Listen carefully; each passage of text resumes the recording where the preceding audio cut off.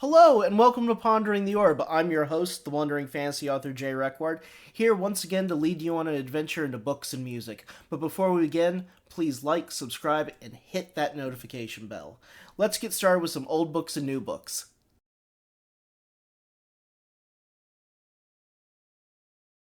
We reach back now to the very foundations of modern fantasy literature, with an author that should need no introduction, though we shall try to give him one. Born in 1878 to Irish peerage, Lord Dunsany arguably laid the groundwork for modern fantasy literature. In 1924, he published what many considered a masterwork of its time with The King of Alfland's Daughter. A tale of immortal and mortal love gone wrong, this story follows the immortal princess Lyrizel as she navigates a long and torrid romance with Alveric, one of the most deeply written archetypes that's a pleasure to come across. Despair, magic, madness, and a wonderful redemption story all play here, and this is a wonderful book readers and authors alike should delight in terms of seeing where the foundation of our genre got started. This influenced Tolkien, de Camp, and continues to resound throughout high fantasy. Let's read from Lord Dunsany and the King of Alfland's Daughter. The King of Alfland's Daughter by Lord Edward Dunsany. Chapter 1. The Plan of the Parliament of Earl. In the ruddy jackets of leather that reached to their knees, the men of Earl appeared before their lord, the stately white-haired man in his long red room. He leaned in his carven chair and heard their spokesman. And thus their spokesman said, "For 700 years the chiefs of your race have ruled us well, and their deeds are remembered by the minor minstrels, living on yet in their little tinkling songs. And yet the generations stream away, and there is no new thing." "What would you do?" said the lord. "We would be ruled by a magic lord," they said. "So be it," said the lord. "It is 500 years since my people have spoken thus in parliament, and it shall always be as your parliament saith. You have spoken, so be it." And he raised his hand and blessed them, and they went. They went back to their ancient crafts, to the fitting of iron to the hooves of horses, to working upon leather, to tending flowers, to ministering on the rugged needs of the earth. They followed the ancient ways, and looked for a new thing. But the old lord sent word to his eldest son, bidding him to come before him. And very soon the young man stood before him, in that same carven chair from which he had not moved, where light, growing late, from the high windows, showed the aged eyes looking far into the future beyond that old lord's time. And seated there he gave his son his commandment. "Go forth," he said, "before these days of mine are over, and therefore go in haste, and go from here eastwards and past the fields we know, till you see the lands that clearly pertain to Faerie, and cross their boundary, which is made of twilight, and come to that palace that is only told of in song." "It is far from here," said the young man Alveric. "Yes," answered the old lord, "it is far." "And further still," the young man said, "to return, for distances in those fields are not as here." "Even so," said his father. "What do you bid me to do," said the son, "when I come to that palace?" And his father said, "To wed the King of Alfland's daughter." The young man thought of her beauty and crown of ice, and the sweetness that fabulous runes had told was hers. Songs were sung of her on wild hills where tiny strawberries grew, at dusk and by early sunlight, and if one sought the singer no man was there. Sometimes only her name, sung softly over and over. Her name was Lyrizel. She was a princess of the magic line. The gods had sent their shadows to her christening, and the fairies too would have gone, but that they were frightened to see on their dewy fields the long, dark-moving shadows of the gods. So they stayed hidden in crowds of pale pink anemones, and thus blessed Lyrizel. "My people demand a magic lord to rule over them. They have chosen foolishly," the old lord said, "and only the dark ones that show not their faces know all that this will bring. But we, who see not, follow the ancient custom, and do what our people in their parliament say. It may be that some spirit they have not known may save them even yet. Go then with your face turned towards the light that beats from fairyland, and that faintly illumines the dusk between sunset and early stars, and this shall guide you till you come to the frontier, and have passed the fields we know." Then the old lord unbuckled a strap and a girdle of leather, and gave his huge sword to his son, saying, "This that has brought our family down through the ages shall surely guard you upon your journey, even if you fare beyond the fields we know." And the young man, Alveric, took the sword, though he knew no such sword could avail him.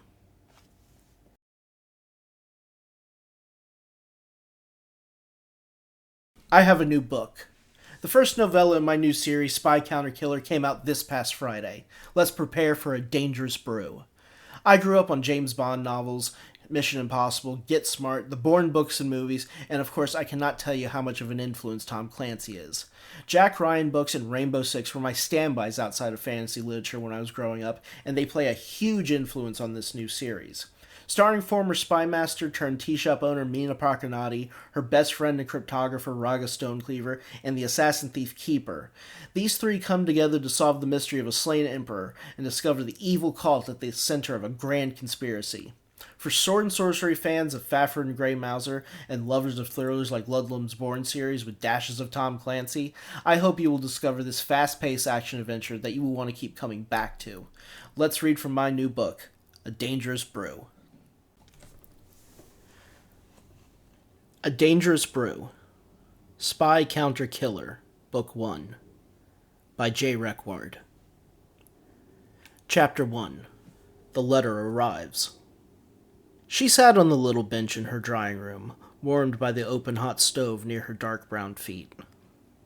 Mina grinned as she stared into the front room of her shop and out its bay window, breathing deep the scent of the cardamom and mint tea steaming from the small clay cup in her hands. The gaslight from the lamp in the street outside, which they had placed at her request, gleamed off the glass jars along the dark shelves set in the walls of her little tea shop. Her little tea shop. The thought of it filled her with a relief she never thought possible in this life. Far from where she started, past so many endless, bloody nights, an actual dawn neared for her beyond the sunrise. She took a sip. The mint danced across her tongue on the cardamom's hearty back, coating her throat in another dash of moist heat to fight the parched air her stove made. The final batch of gold leaf roasted on the copper pan atop its iron ledge, filling the shop with the welcome woody scent every shopper loved in the late autumn before fall tide. She'd sell out and balk before too long, and then the real test would start. How well could she move that blend? Interest someone in the new dust brew from the central deserts of Arbeck. Maybe she'd attempt to convince that merchant lord down the street that her spice teas from her beloved homeland of Dwarka were better with his goat's milk than her closest competitor in the next neighborhood over. One thing at a time.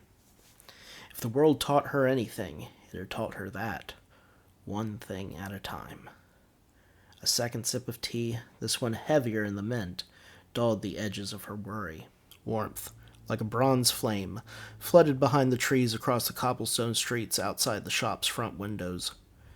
Facing dawn, she lost focus for a moment, a sudden weariness weighing her eyelids. Her brew potent, she let it coax away more tension. The toasting tea, the crack of the wood in the stove, the sensuous heat enveloping her toes threatened more than a yawn. Consciousness kicked her awake, sparked by a killer's intuition that came with a sudden unease. She checked out the front window of her shop again, past the gold and painted letters that spelled out Prakanati Tea and Spice Company. Her right hand dropped to a pocket hidden in her apron, closing on the hilt of a throwing dagger. A man stood across the street, in front of the black iron fence that enclosed Bellenia Park, one of the new imperial greens the capital city of Hosland had built for its citizens to enjoy amid their opulent towers and high court schemes for power. The shadows of a hood hid his face, yet he did nothing to hide from her, extracting his hands from his cloak and holding them up to indicate he offered no threat. Mina stayed on the bench in the drawing room. Behind the counter in the shop area, under the money drawer, she stored a loaded hand crossbow and a few bolts. Weighing both her 42 years and the dexterity time had taken its toll upon, she measured it would take 2 seconds to reach it and fire. She kept a wicked, curved dagger her lover had given her long ago by the launcher as well, which he hoped she wouldn't need. Polished or not, bloodstains on the boards might earn the shop a reputation. The man crossed the street and threw back his hood. His bright blue eyes locked with hers immediately. A red beard, smoothed and trimmed, covered his immaculate face. He offered a single nod of his head, his hand still up in the cold, crisp air. Mina stood from her bench, paused for a moment, then mirrored his pose. He stopped in front of her glass window. Waving his right hand to announce his intention to use it, the red-haired stranger reached into his cloak and pulled from it a folded envelope. With a deft flip on his fingers, he turned it over, revealing a golden wax seal. The golden wax of Shen. A breath caught in her chest. Despair blossomed at the corner of Mina's eyes, but she held those tears, one thing at a time. She marched forward, out of the drawing room and into the shop, to unlock the door. The brass-shod latches, made of steel to better bind shut the banded oaken slab, popped when she turned the multiple knobs and yanked the stake out of the iron footboard. The man entered when she allowed him past the threshold, a taciturn expression dulling his handsome features. "Well, come on," she said. "I imagine he sent you to collect me." "No, ma'am." He did not enter any further, choosing to extend to Mina his delivery. "I'm simply here to fulfill the last wish of my friend. The last... He died 2 days ago, Lady Prakanati. He spared no expense trying to dispatch this to you." To her shock, the stranger's eyes gleamed with wetness, and his shoulders shifted up and down in his steadying sigh to gather himself. His mouth worked to say something more, but they set in the solid line of an operative who had administered this type of news before. Respecting his composure, she took the note and waited for his quiet exit before locking the door behind him. He exited the street at a gentle pace, betraying no weirdness, save a clever intent to flee the scene. The paper was the same papyrus the Emperor used to write their love notes. She knew it by the feel of the ridges on her fingertips, the soft dimples in the flesh where the makers could not smash out all the fiber. Panic flooded Mina, setting her to fight the sob working up in her chest. She broke the seal with a knife under the main counter. The golden wax fell away, the flecks glittering in the scant light of a cold morning.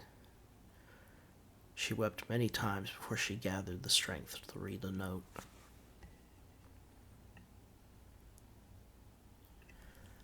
My dearest Mina, I find myself stripped of my robes. For all their finest make, they are the threads of worms, and like the worms, all things return to the earth from which we sprang. Naked, I realize that despite all that I have been told since I was born, I am no more divine than the next fool set to die as he would. In this moment where I must measure that approaching darkness, I think of you. I loved you more than any other, more than the Empress, who bared me good children, was a fine wife, more than any concubine that I had to abide for the sake of politics, and more than any wonder I beheld in our strange, strange world under the 2 moons. I love you. You are my shadow, my heart, and my soul. To know you will read this rips at the nails this world has placed in my heart, revealing the lonely little boy underneath. You were the goddess that made me more than the man I was, and into the ruler I needed to be. To no one else would I have entrusted my life, which pains me to think to the moment you read this letter. I have been claimed by a darkness beyond death. In the long fight against an old enemy, one that you do not know because I never revealed him, I have tried to set my empire on a path to justice for those it serves, and in that I made the greatest of all enemies. You have received my final words to the mortal world I inhabited, to know that my life did not end by mere accident or happenstance of bodily measure. My Mina, I have been slain.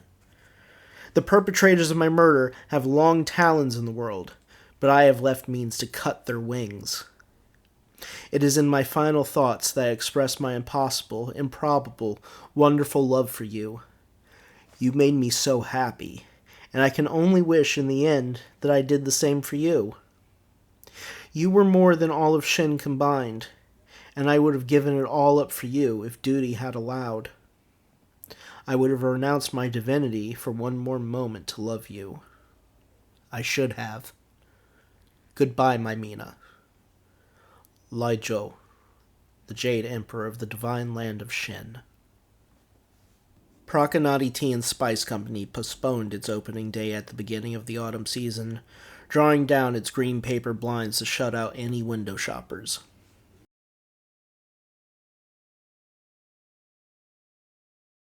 In 2019, San Diego's Forhill released the synthwave classic Figments, an album that helped inspire this show, Pondering the Orb. It is a monumental achievement outside of that, to say the least. This immaculate composer returns in 2023 with his new trio of singles brought together in Tangled, which came out a few weeks ago but immediately captured my attention as Forhill tends to do with every new release. This is a sonic feast, and while we are playing the title track, everyone should go and listen to all three compositions. This is an autumnal gift of music that is getting regular rotation around this enclave. My friends, this is Forhill with Tangled.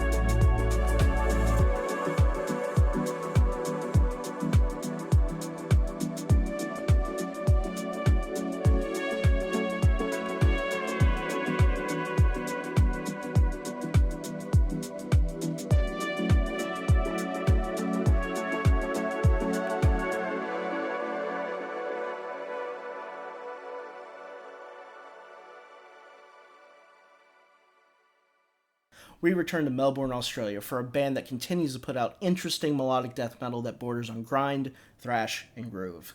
Without a doubt, Eye of the Enemy is a band worthy of your attention, from their sparking live shows to a catalog of music that are quickly becoming international standbys. This track, taken from 2019's Titan, is a wonderful example of their diverse talents. Let's Grind, with Stress and Colors, by Eye of the Enemy.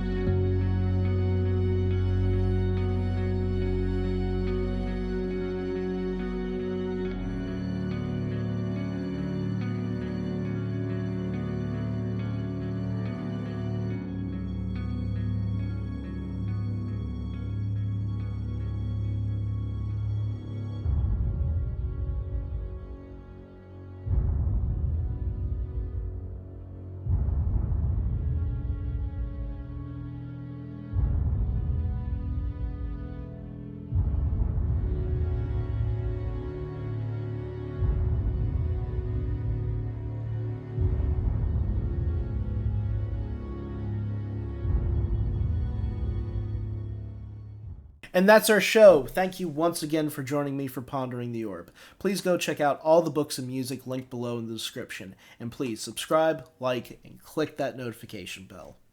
A Dangerous Brew is out now. Please go pick it up, especially if you like sword and sorcery and spy thrillers.